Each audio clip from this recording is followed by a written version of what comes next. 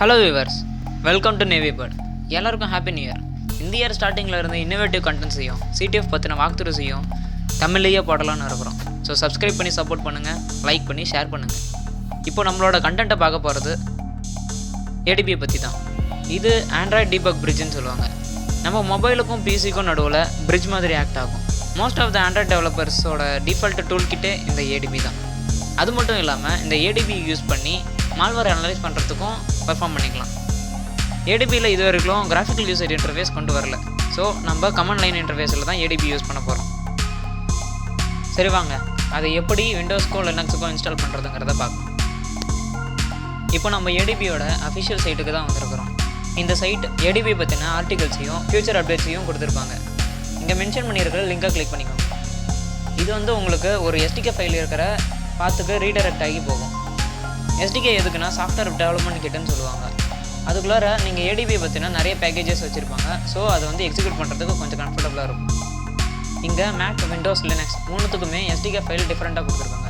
உங்களோட பிளாட்ஃபார்ம் எதுவாக இருக்குதோ நீங்கள் அதை செலக்ட் பண்ணி டவுன்லோட் பண்ணிக்கோங்க. லினக்ஸுக்கு சிங்கிள் கமாண்ட் லைன்லேயே நீங்கள் ஏடிபி இன்ஸ்டால் பண்ணிக்கலாம். அதுவாகவே அன்பேக் ஆக்கி கொண்டு போய் பைனரி ஃபைல்ஸை ஸ்டோர் பண்ணி வச்சுக்கோங்க. பட் விண்டோஸ்க்கு கொஞ்சம் டிஃப்ரெண்ட். விண்டோஸில் நீங்கள் அதோட பாத் ஃபைலை கொண்டு போய் என்விரான்மெண்ட் வேரியபிள்ஸில் ஃபிக்ஸ் பண்ணுற மாதிரி இருக்கும். ஸோ அதை நீங்கள் ஃபாலோவிங் மெத்தட்ஸில் பாருங்கள். இப்போ நான் இங்கே டவுன்லோட் பண்ண ஏடிபி ஃபைல் இங்கே இருக்குது. இதை நான் இப்போ அன்பேக் பண்ணுறேன். அன்பேக் பண்ண ஃபைலுக்குள்ளே இருக்க போகிறோம். இப்போ இதுக்குள்ளார நிறைய பேக்கேஜஸ் கொடுத்துருக்குறாங்க. ஸோ நம்ம இதோட பாத்தை மட்டும் காப்பி பண்ணிக்கலாம்.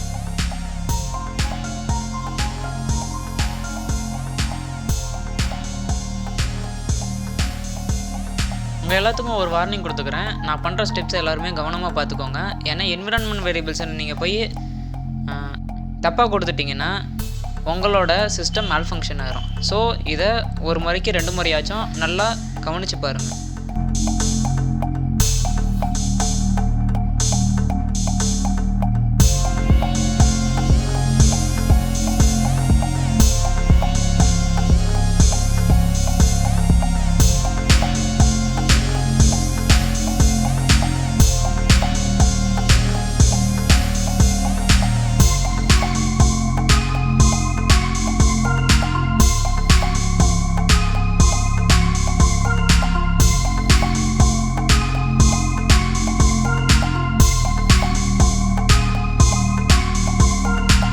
ஓகே, இப்போ நம்ம இதை கமாண்ட் ப்ராம்ப்டில் ட்ரை பண்ணி பார்க்கலாம்.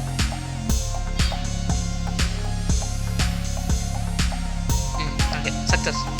இதை நம்ம பவர் ஷெல்லில் கூட ட்ரை பண்ணி பார்க்கலாம். ஏன்னா பவர் ஷெல்லோட பிஹேவியர் லினக்ஸில் இருக்க டெர்மினல் மாதிரியே இருக்கும்.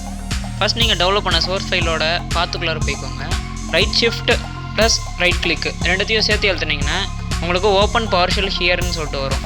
அந்த இடத்துல கிளிக் பண்ணிட்டு நீங்கள் ஏடிபின்னு கொடுத்துட்டிங்கன்னா ஏடிபி எக்ஸிக்யூட் ஆகும்.